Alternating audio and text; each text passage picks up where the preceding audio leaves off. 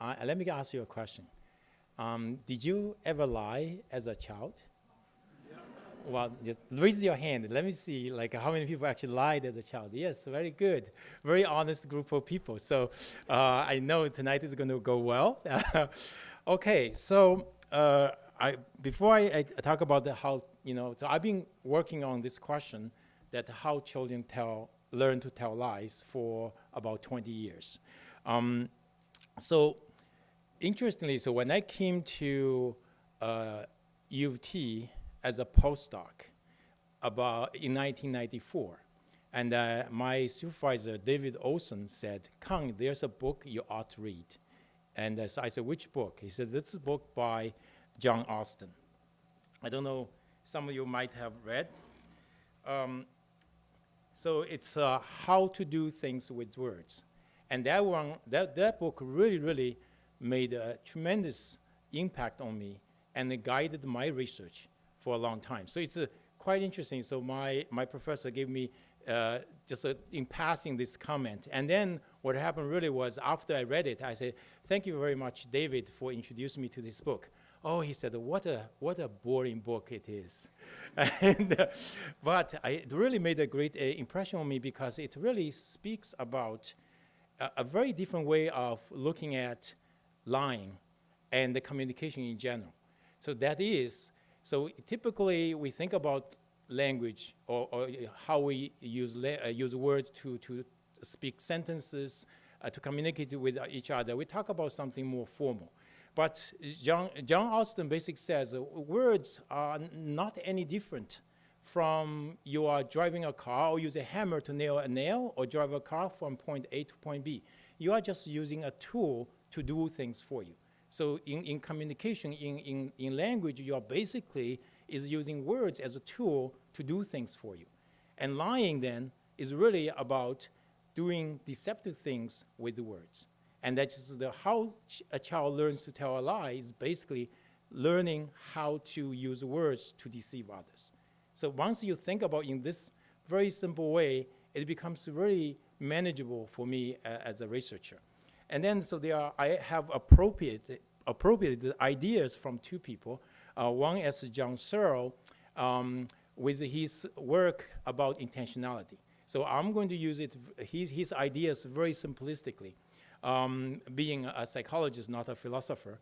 And also I used ideas from Paul Grice, which I think you're going to hear more, and from an expert, rather than from me, who, I'm just dabble in Grice.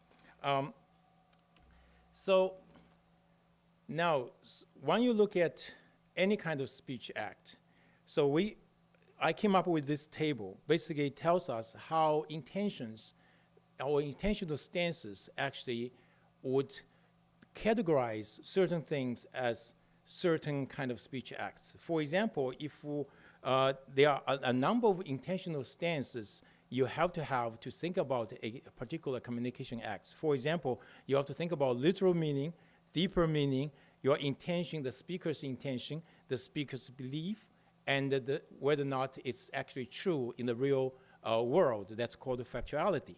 So if you are making an actual and honest statement, you end up with basically having what you are saying, literal meaning equals to deeper meaning equals to intention, to belief, to factuality. So I'm not going to walk you through this table, but it's gives me some clarity about when I go about to study about lying. For example, lying is a very unique kind of speech act in terms of its intentional stance. For example, when you tell a lie, the literal meaning actually equals to deeper meaning, and also is what you intend as a speaker to communicate. However, you believe A. So you speak B, you intend to speak B, but you believe A, and that is a lie. And regardless of whether or not you are speaking the truth of the real world, because sometimes when you tell a lie, you are actually speaking the truth, because you don't know it's raining outside, but you want to lie to a listener that it's raining outside, and you think it's not raining outside. At that point, even you tell a lie, try to deceive your listener that it's raining outside, turns out it's raining outside. It's very, very mind-boggling, as you can tell. So anyhow, so So lying really concerns about your belief and your intentions to what you intend to communicate. And if there's discrepancy between the two, then it's a lie. And it's very, very difficult for children to understand. So it takes a long time for a child to understand what is a lie. So starting about 3 years of age, children only can tell whether or not if you say something that's not factually true, then they think it's a lie. And later on, they think anything that the parents said you shouldn't say, it's a lie. So you cannot swear. Because swear is a lie. And then with time, they gradually figure out that sometimes when you say something that is not true, that's a lie. And eventually realize it doesn't have to be factually true. As long as you believe something is not true and say as if it's true, then it's a lie. It takes about 12 to 14 years for you to get there. So anyhow, so I don't want to spend too much time on this part. And the second part I won't spend any time at all because you're going to hear more from the experts. So the other side of, I would call conventionality aspect of lying is, making a speech act is not just making a speech act. You actually communicate for certain purposes to serve certain social functions. And because of that, you actually have to follow certain social conventions about communication.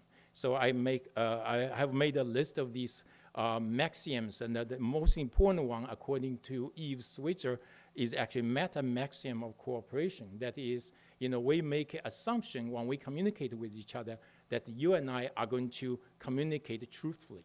We are not going to lie to each other. So this is our contract once we learn how to speak. And we have never really signed anything, but we actually believe that is the foundation of our communication. And that's the foundation. And from there, you can talk about maximum quality, which is really about you have to speak the truth about the true state of affairs. Anyhow, so I'm going to move on.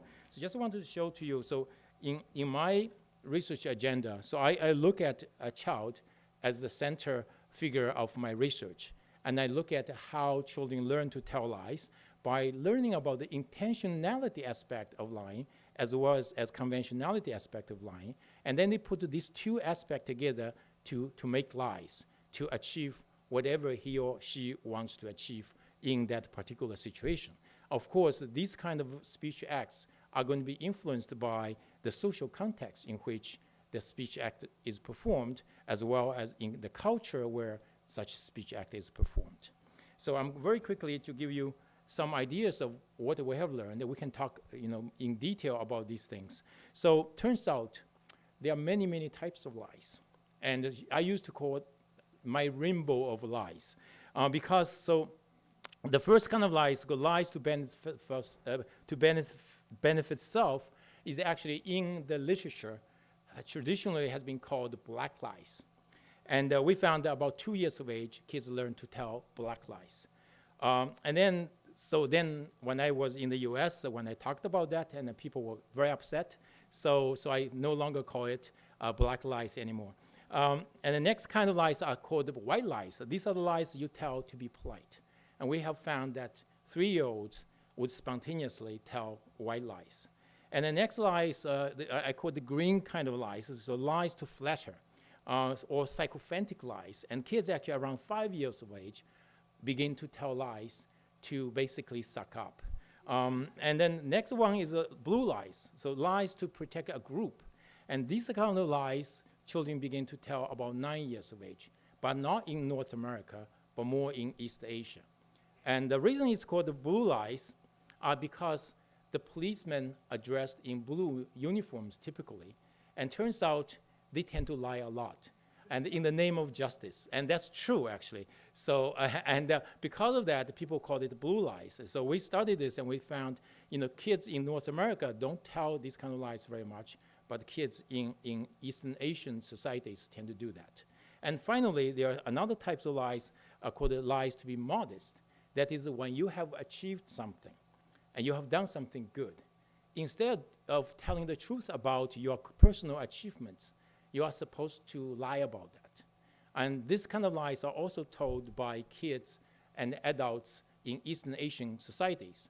And I used to call that yellow lies. and that we have people in Canada that really dislike that term, so I stopped calling that. But I really like the idea of rainbow of lines, so I have to mention them. Sorry about that. Anyhow, so I think, so we can talk a little more later on about all these types of lines.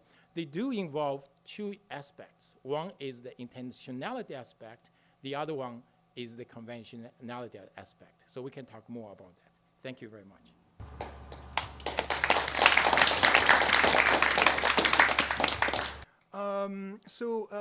In this presentation, I'd like to present an idea that I think everybody will accept, which is that lying is a very complicated, it's a very complex activity, and being a really competent liar requires mastery of quite a lot of different pragmatic abilities. The way I'd like to argue in favor of that idea is that I want to discuss a simple definition of lying and find some issues with this definition that have been discussed by mostly philosophers of language, actually. So here is our first definition.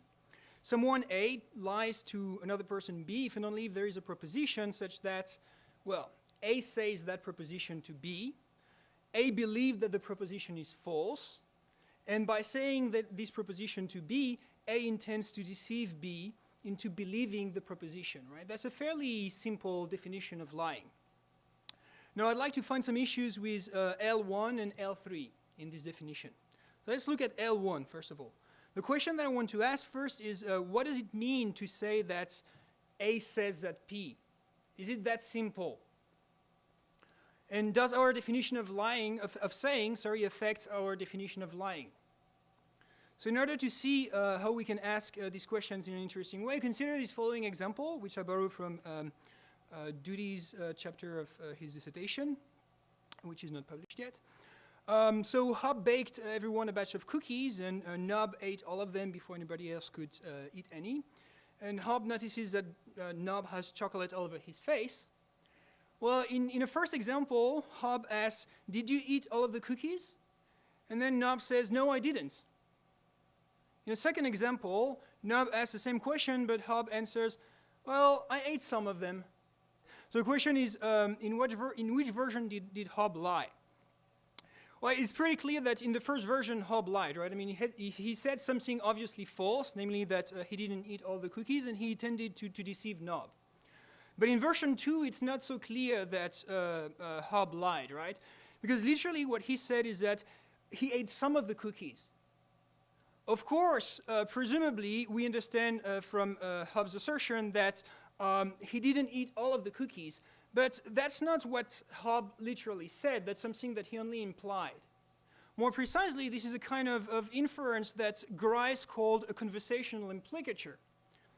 Now, importantly, the perception of this sort of inference, according to Grice, depends on all sorts of assumptions that speakers and addressee make about the intentions of speakers in conversation. So here is a simple model of conversation that Grice proposed, and from which he derived these conversational implicatures, as he called them. So Grice considers that unless we have good reason to think otherwise, we assume that our interlocutors communicate with us in a cooperative way. We also assume that our interlocutor assume that we communicate with them in a cooperative way, and so on and so forth. So we assume that they assume that we assume that they assume that, and you get the idea. And the idea is that we interpret what our interlocutors say accordingly, right? We enrich the literal meaning of what they say, building on these assumptions. So here I have a lot of information on this slide, but we don't need to go through all of them. But we need to ask ourselves, given this Gricean picture of conversation, how can we derive this conversation implicature from I ate some of the cookies to I did not eat all of the cookies? Well, the idea is the following. So if I say I ate some of the cookies, and I could have said I ate all of the cookies, I say something that is not informative enough, right? If I know that I ate all of the cookies, it would have been more helpful to say that I ate all of them. So if I say I ate some of the cookie and you assume that I'm trying to help you here, you will infer that I don't believe that I ate all of the cookies, right? So therefore, you will infer that what I try to communicate really is that I ate some but not all of the cookies. That's not, I mean, this information that I didn't eat all of the cookies is not part of the literal meaning of what I said, but it's an enrichment based on these Gricean assumptions that we have just introduced. Now, let's say that the literal meaning of someone's utterance is what the person said. And then, in addition to what the person said, we have these implicatures that arise from these extra assumptions. And we can say that what is communicated by an utterance is what is said plus what is implicated. So then, if you believe that Hobbes lied in the second example, you have to conclude that actually you can lie not only by saying something false, but more generally by communicating something false, right? So here we say that actually in our definition of lying, where we say, well, in order to lie, you have to say something that you believe to be false, actually there is some issue to be found with our definition of saying. Do we mean really that we can lie only by saying literally something false, or do we mean that we can lie by communicating something false? So here we've seen an example where presumably you can lie by communicating something false, more precisely by implicating something false. But actually it's not always clear whether falsely implicating something is a form of lying rather than just a form of misleading. So here's an example from Sol in her 2012 book, where arguably someone is misleading his interlocutor by implicating something false without saying something false. So Sol asks us to consider a context in which there is a discussion about whether or not Iraq had weapons of mass destruction, and the interviewer asked Tony, well, Tony, do you think that there are weapons of mass destruction in Iraq? And Tony says, well, you know, Saddam Hussein is a dangerous man. So presumably, the easiest way to construct the answer as a relevant answer to the question that was asked is to infer from Tony's assertion that Saddam Hussein is a dangerous man, that because he's a dangerous man, Iraq has weapons of mass destruction. That's an easy implicature to make, right? Now, assume that Tony wanted to make this implicature and assume that Tony believed that Iraq did not have weapons of mass destruction. Did Tony lie, or did he just mislead us into thinking that maybe Iraq has some weapons of mass destruction? Here I think that our intuition are more that he misled us, but he didn't necessarily lie. So you see that actually it's not so clear to see whether you can lie rather than just mislead with implication. But let's ask one more question. Why would one lie with an implicature rather than by just saying something false? Well, a simple answer is that it's safer, right? I mean, when you implicate something without saying it explicitly, you can always retract what you have said, or, I mean, more precisely, you can always deny that you have communicated what you have implicated. So, for instance, in Tony's case, if accused that he lied, he could say, well, I didn't lie, I just said that Saddam Hussein was a dangerous man. I mean, you misinterpreted what I meant what I said literally. And actually, there are philosophers, Wright and Doody, for instance, who argue that the distinction between lying and misleading with implicature lies precisely in the possibility to plausibly deny what has been communicated. So you see, it gets a bit tricky. Secondly, I'd like to question the last part of our definition of lying, which is that in order for A to lie to B with a proposition P, A has to intend to deceive B into believing that P. Could there be examples of lie without intention to deceive? A number of philosophers have argued that it is possible to lie without intending to deceive. So consider this example, for instance. So imagine that a person has witnessed a murder. He was caught on CCTV, so the murder and him witnessing the murder were caught on CCTV. The jury has seen the footage, and the man knows that the jury has seen the footage. So everybody knows that he has seen the murder. But then when asked in court, have you seen the murder? He utters, I did not see the murder. That's clearly a lie, right? But the speaker does not intend to deceive anybody because he knows that everybody knows that he has seen the murder. Why would he lie? to preserve, to protect himself, right, from aggression by the culprit. So this is a kind of lie that has been called bold-faced lie in the literature on lying, in the philosophical literature on lying. Now, how can we accommodate bold-faced lies into our definition and analysis of lying? Well, we could try to just get rid of L3, the clause that says you need to intend to deceive your interlocutor. But actually, it's not going to be enough, because there are other instances in which somebody says something false without intending to deceive, and still that person is not lying. An example, for instance, is irony. So consider this example discussed by Stocker. Han Solo and Luke Skywalker and Princess Leia, I don't know if she was part of the group at that point, have been led into the garbage chute while trying to escape stormtroopers. And Han Solo says, "The garbage chute was really a wonderful idea. What an incredible smell you've discovered." So obviously here, Han Solo said something false. He believed that he said something false, but he has not lied. Why hasn't he lied?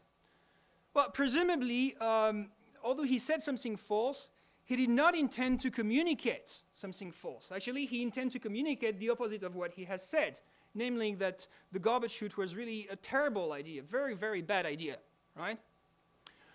So how can we now have an integrated picture of all these complicated facts? How can we now reconcile irony and bold-faced lie with our definition of lying? Well, a last theoretical refinement will help us. We will be helped by Stolnaker's definition of assertion in terms of the concept of common ground. So according to Stolnaker, when several persons are engaged in discourse, they share, well, hopefully they share a common ground, where a common ground is the set of propositions that all the discourse participants believe collectively, right? So that the proposition that whose belief they have in common, or act as if they believe collectively. And Stolnaker tells us that when a speaker asserts a proposition P, what he does is that she proposes that P should be added to the common ground. Now, let's use this idea to distinguish irony from bold-faced lies. In Han Solo's example, Han Solo says something false, but he communicates something that he believes to be true. And crucially, he does not propose to add to the common ground the proposition that he believes to be false. I mean, he expects his interlocutor to perceive that he was being ironical. In the witness's example, on the other hand, the witness did propose to add to the common ground the proposition that he had seen the murder, although he knew that everybody knew that he had seen the murder. So here the witness is exploiting the fact that sometimes we act as if some proposition are believed to be true, although we know that they are false. Now, what's the point of pretending that a proposition is true when everybody knows what it is that it is false? Well, presumably it boils down to trying to avoid commitments that comes with the act of asserting something. So it's pretty clear that the speech act of assertion is not just a way to exchange information, but it comes with public commitment. So by asserting a proposition P, you signal to everybody that you are taking public responsibility for believing that P. And that's precisely what the witness is trying to avoid in the trial. He's trying to avoid taking public commitments to defend the claim that he saw the murder, because he doesn't want to be punished by the criminals. So to conclude, what is lying? Well, I mean, there are certainly many different possible definitions of lying, and it's likely that different definitions are correct depending on what it is that you intend to do with these definitions. But here is a revised definition that takes into account the complication that we have discussed. A's utterance U to B is a lie if and only if by uttering U, A communicates that P to B, rather than just say. A believes that P is false, and by uttering U, A proposes to add to the common ground the proposition that P. Now, I don't want necessarily to convince you that this is the ultimate definition of lying, But my point is just to illustrate the fact that lying really does require a mastery over a complex set of pragmatic abilities, such as the ability to recognize and perform Gricean reasoning in order to generate and perceive implicatures, the ability to understand the nature of common ground and how it evolves in conversation, and also an understanding of the commitments incurred by the speech act of asserting. So that was all for today. Thank you.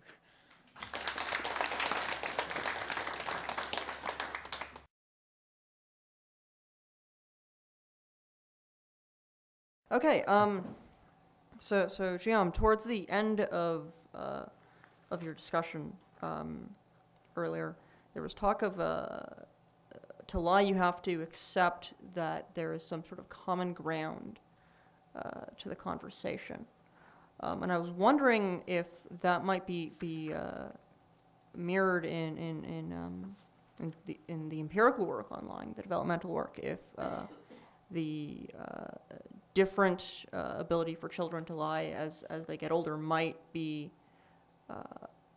related to their coming to understand this fact about the common ground. Kang, do you have any thoughts on that? You want to go first? No. This is a very interesting idea. So I'm just thinking about, what you talked about, the both-faced lies and the common ground. So we did do one study. We published, I think, in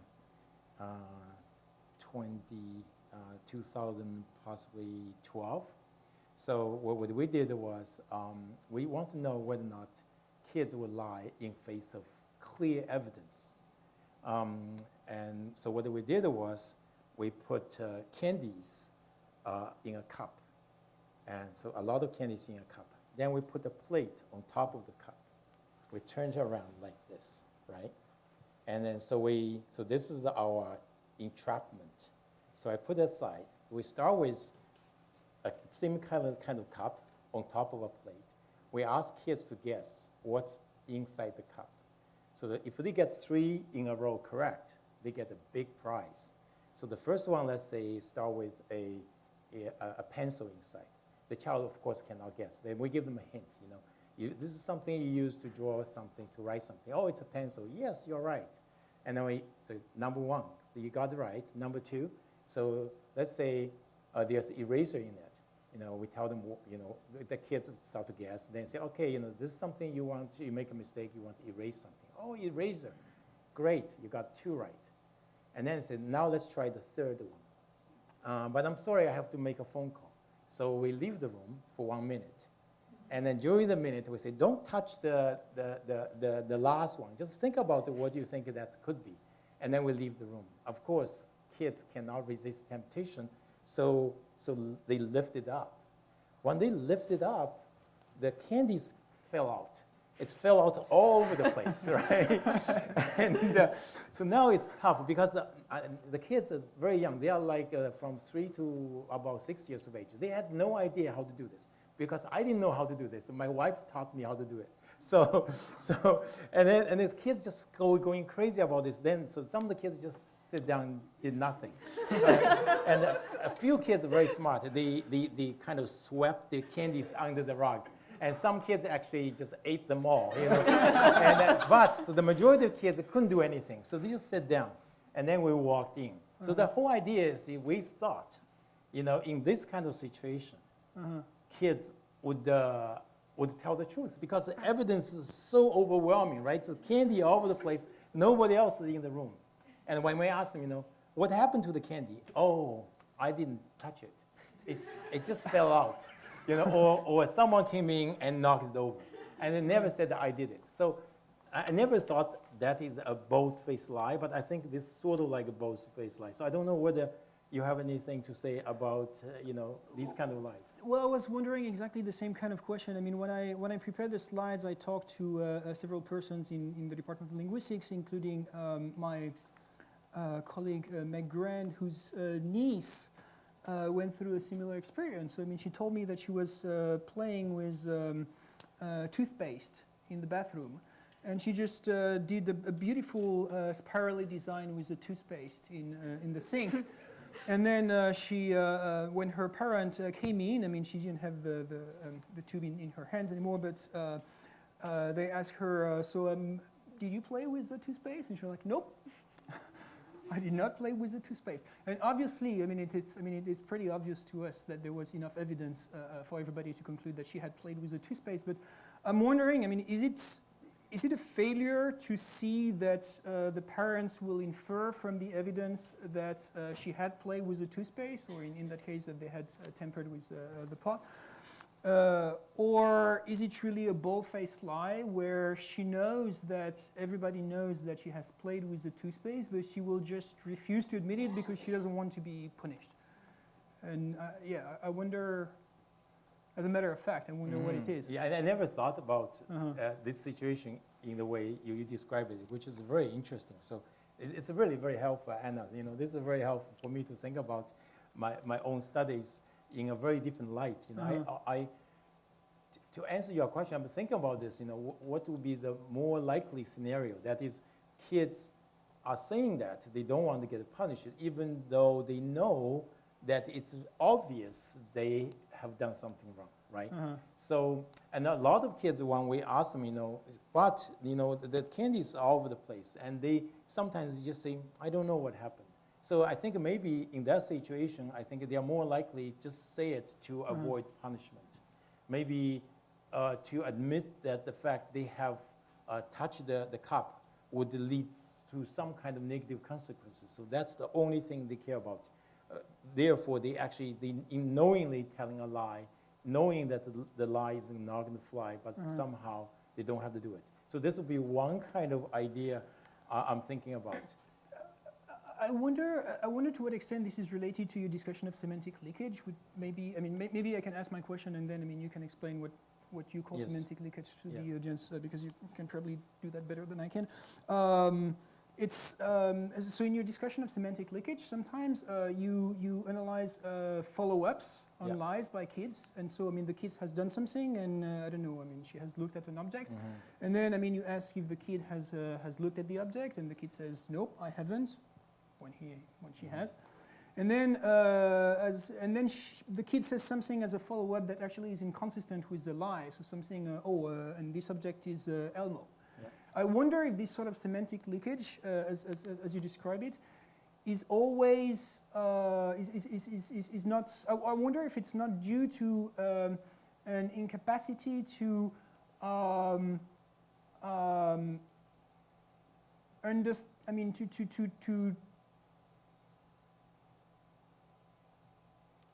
to assess correctly how their interlocutors will infer from the follow-up that the lie was a lie.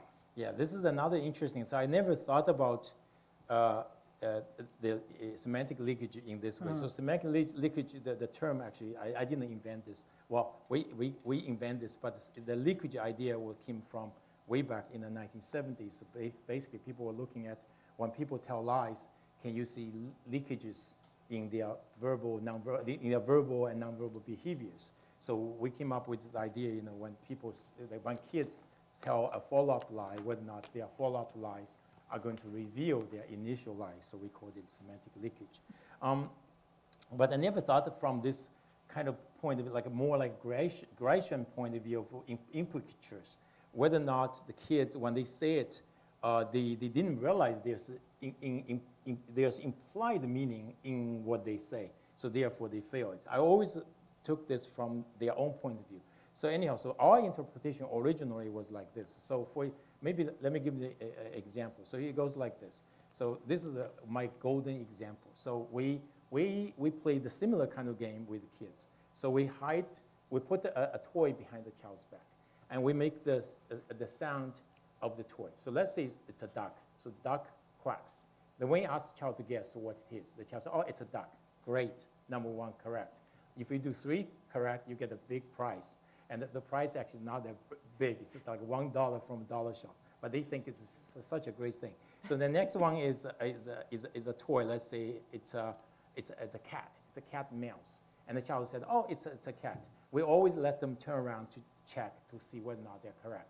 So we're kind of teaching them, if they turn around, they will tell what the toy is.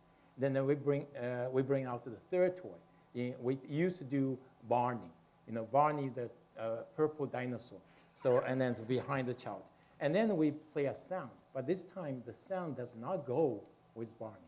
So by listening to the sound it makes, there's no way you can know what the toy is.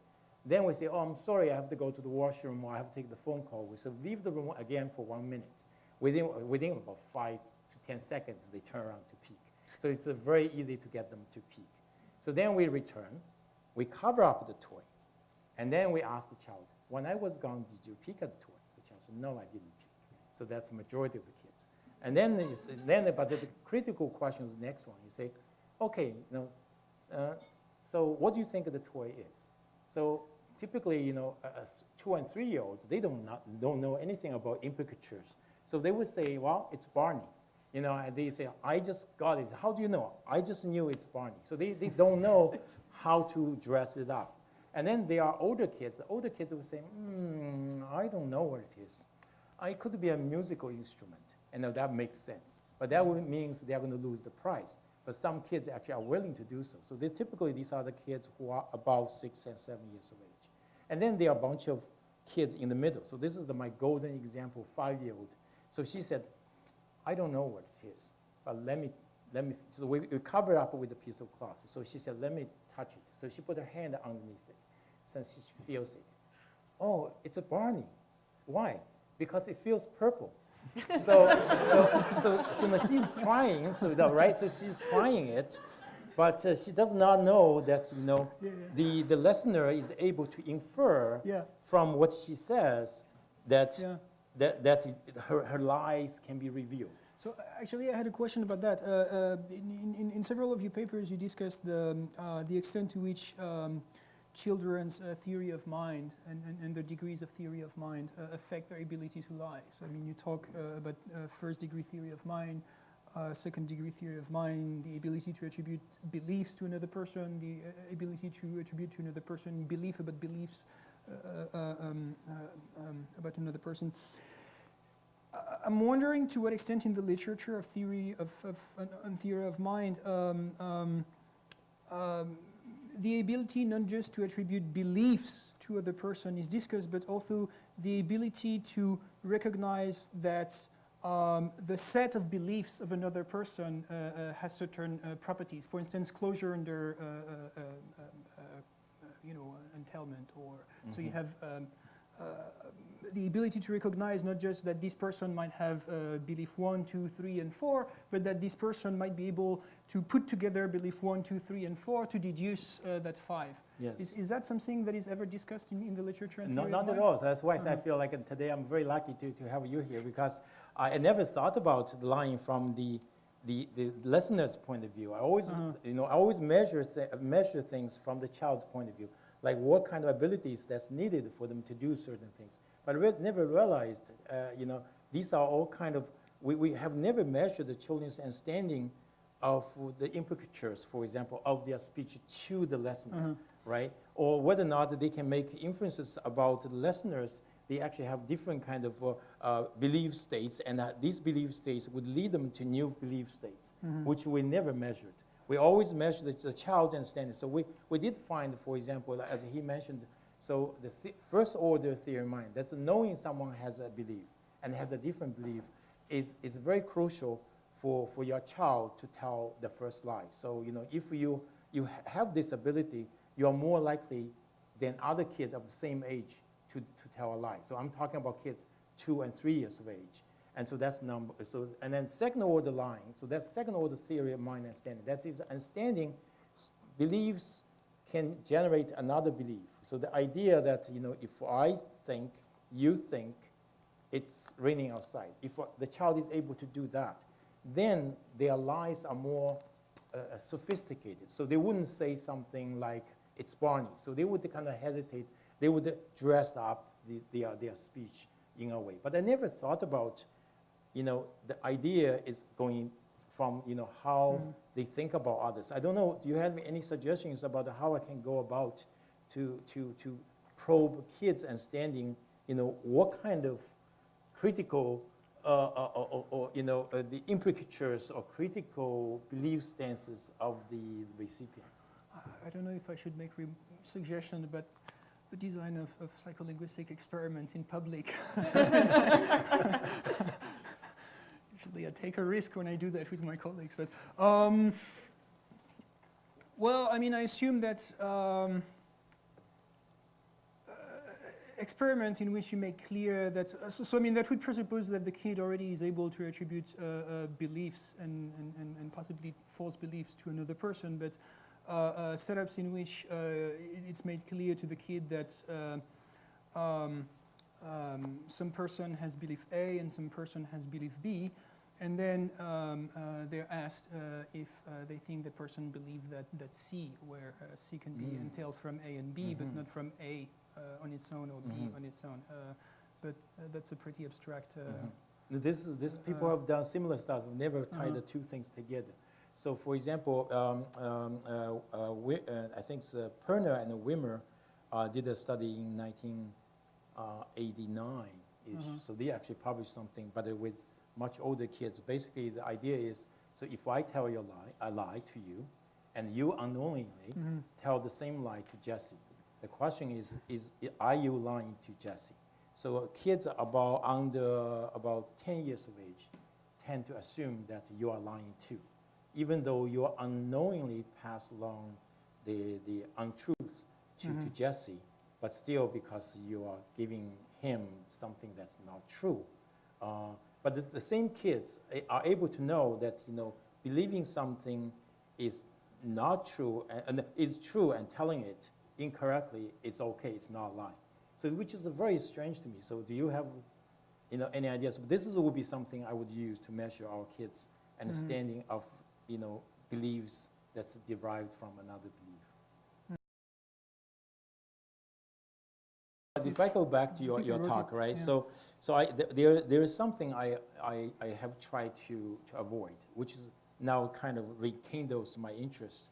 There are two things actually I try to avoid. One is the self-deception, that is lying to yourself, right? So which kind of creates this very strange situation. I don't know whether the linguists, philosophers have anything to say about this. You lying to yourself. You are yourself. You know it's not true, but you lie to yourself. This is one thing. So, but another thing that to me is more interesting is lying by omission. So actually, when you ask me a question, instead of give you the correct answer, I didn't give you any answer, and somehow that I would be able to deceive you, right? So, and then how does this kind of situation figure in your scheme? Well, I think the second question is easier to answer than the first one. So I guess that lying by omission can be analyzed as a form of lying by implicature, where it's a relevance implicature that you're talking about. So the idea of a relevance implicature is, well, the Saddam Hussein example was an example of relevance implicature. So when someone asks you a question, the question tells you what counts as a relevant answer or not, right? Now, if it is known that some piece of information would count as a relevant answer, then it will be presumed that if you knew that this piece of information was true and you were trying to help the questioner, you would say that this piece of information is true. So if you don't say it, that can be taken as, that can trigger presumably an implicature that you believe that it is false. I see. Yes. So I don't know. Do you have in mind a good example, simple example of lie by omission? Who was? Let's imagine that. Let's take this witnessing a murder example, and I saw John and Bob murdering Nob. And I really don't like John, but Bob is a really good friend of mine. And then I'm asked, who murdered Nob? And I say, well, John murdered Nob. And so I don't mention that Bob murdered. I see. This No. is a very cool one. Yeah, I was thinking. So here, I mean, if we assume that it's clear that we're talking about the three individuals, Yes. and that I have perfect knowledge of the situation, then I mean I didn't mention that, and that's a liable omission. Yes. Well, that would be a kind of so I mean you could analyze that as an implicature. In that case, actually, you could analyze that also as what is called the quantity implicature. So saying that Job and Bob murdered Nob would be more informative than just saying that John murdered Bob. So This I mean, is you very didn't give enough information. Yes, in this is that very case. neat. So basically, you can use you can violate the maxim of relevance to kind of tell a lie of omission, or Right. you can lie by violating the maxim of quantity Right. by doing a lying by omission. Yes, Right. this is neat. There, yes. I mean, talking about that, there's something that I would be very curious to know about, which is the following. So there's quite a lot of literature on the acquisition of implicatures by psychologists and psycholinguists. I think that most of the work has been focused on a particular kind of implicature that is known as a scalar implicature. For instance, the implicature from some to some but not all is a scalar implicature. Or the implicature from A or B to A or B but not both is a scalar implicature. These are scalar quantity implicatures, so implicature based on the assumption that you would have said the more informative alternative if you could have. The scalar implicature that I tied to particular lexical items are known to be really hard to acquire for kids. They argue to be sometimes acquired very late, 7, 8, sometimes as late as 10 in some studies. No, the lie of omission that we were discussing, John murdered Nob. Yeah. Implicature, Bob didn't, if Bob was under discussion. That's also, that can also be analyzed as a quantity implicature, but that would not be a scalar implicature. Right?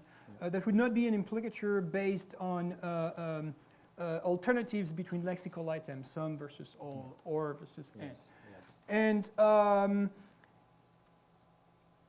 it's unclear whether the difficulties that kids have with the acquisition of implicature is really a difficulty that they have with scalar implicature tied to particular lexical items like some, all, and the fact that they alternate with other lexical items, or with implicatures in general. So there's some debate currently on this question with linguists that argue that actually the difficulties that kids have with scalar implicature are lexical difficulties. They don't know that somehow lexically some is supposed to be contrasted with all, things like that. So I wonder how the ability of kids to lie with these different kinds of implicature would be impacted by possibly these different acquisition paths for these different type of implicatures. Which is so interesting when nobody ever measured the children's understanding of implicatures and the children's lie telling. So nobody actually has the kind of tie these two things together. So I've done studies with children's understanding of the basic aggression maxioms by using very simple kind of paradigms. We found, for example, aggression maximum of quality is understood very early on. So kids just know right away, about 3 years of age, they know right away that someone is violating the aggression maximum quality, that is someone is making a false statement. So that one seems to be very, very clear to them. And then the maximum of, let's say, the maximum of relevance, interestingly, is something they also are very sensitive to.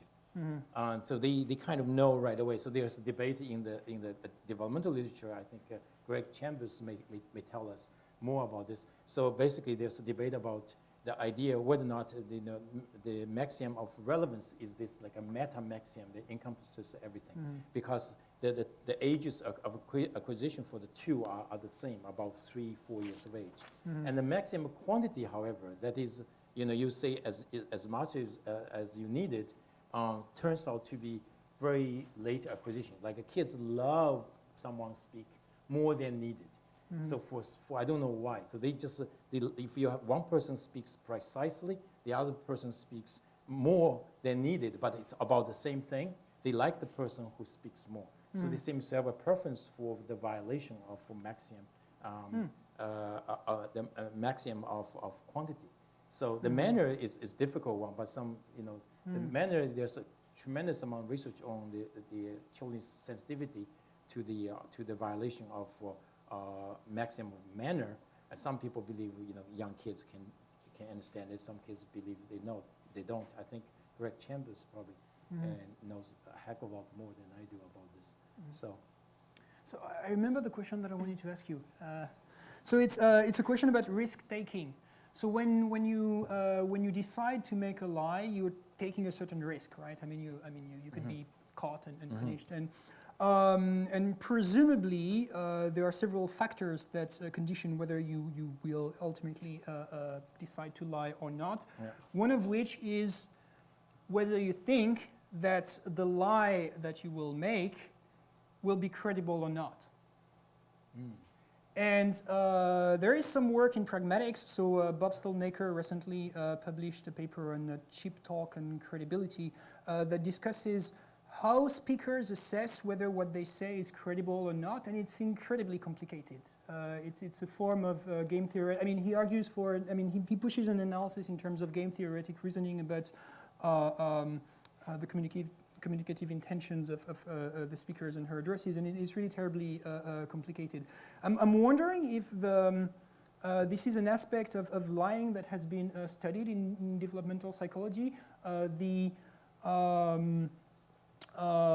development of strategies that children use in deciding when they should lie or when they should tell the truth. I guess that relates a little bit to what we were saying about bald-faced lies at the beginning. I mean, is it just that they have no clue that actually, what they say is not credible at all, or they just know it and they make a bald-faced lie? No published studies yet. So I actually have done a study. I haven't really had time to written it up.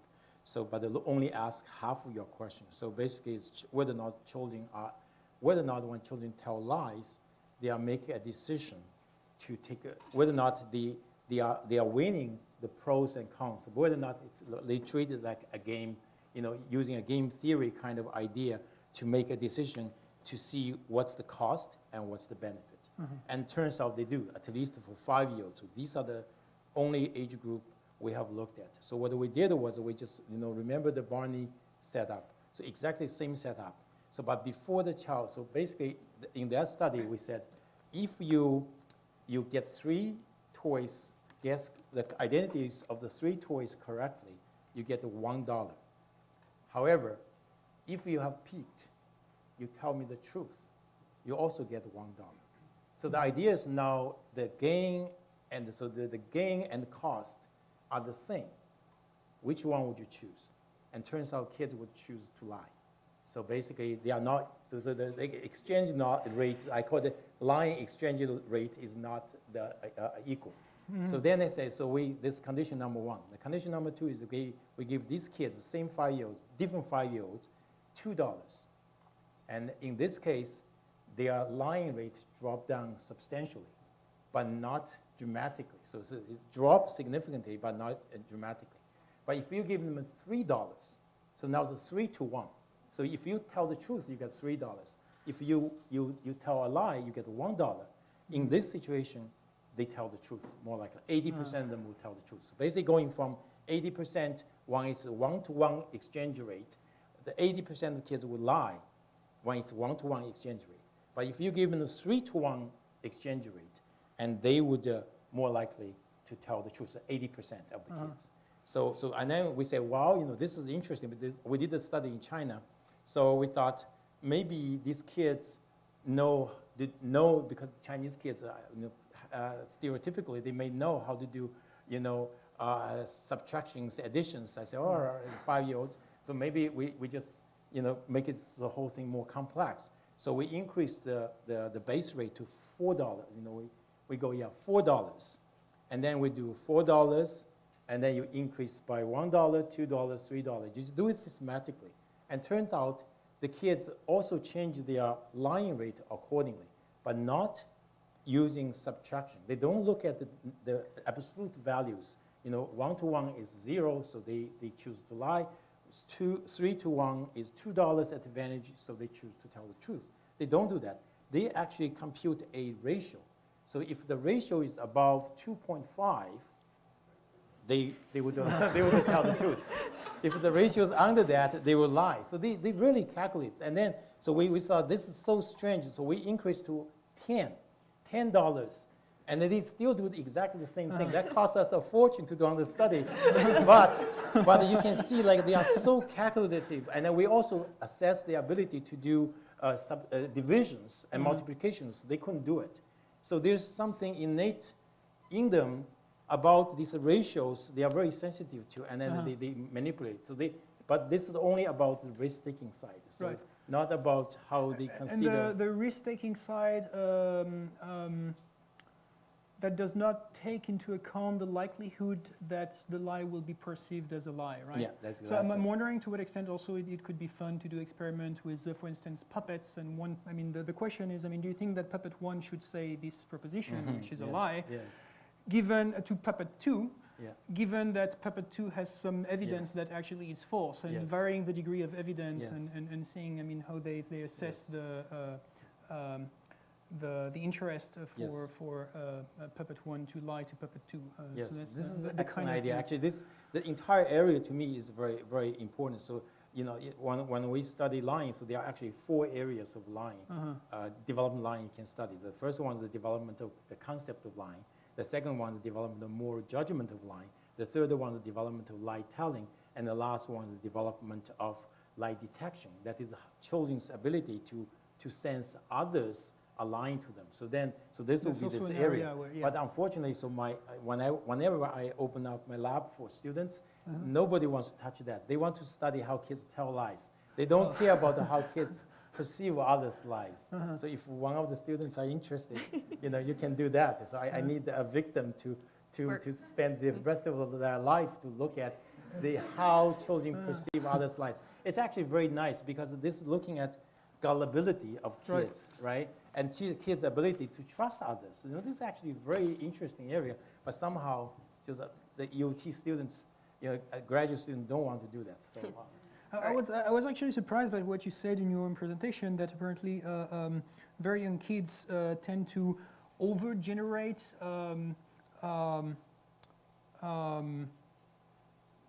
detection of lies. So when someone says a falsehood, but they don't have really evidence that it was a lie, they tend to perceive Yes. it as a lie without enough evidence. And Yes. and I was wondering, why is that exactly? Is it because they are really extremely Gricean in that they assume that conversation is really cooperative and everyone is trying to be helpful, and they cannot conceive that actually Maxim could ever be violated? Or Before today, I wasn't thinking this way. Today, I start to think about this. I think the Gricean implicature idea is really a good idea to pursue. To interpret this kind of results. Yeah. So. And I wonder to what extent this ability to, and that's my last, Okay. but since I began, We I should, wonder to what extent the ability to start, so the ability to tell lie evolves in parallel with the ability to recognize proper lies and start to tease apart honest falsehood from lies. So is it the case that when a child starts to realize that he actually can say a falsehood, he also starts to be able to recognize that others are also in this position and can... Yes. Let me think of what the answer would be no. They actually start to tell lies before they can recognize lies. So which is kind of interesting, right? So without knowing the concept, they actually already are doing that. So by about 2 years, actually. So there is yet another stage before the stage where they overgeneralize lies in their environment, where they actually don't perceive lies at all. They don't. Yeah, so they cannot recognize they that. overgeneralize, still overgeneralize. So mistakes are considered lies. Right. Swear words are considered lies, and the lies are considered lies. And at this point, they already lie. Yeah, they already lie Oh. for about a year. Yes. Interesting. Okay. All right, let's open up some questions to the audience.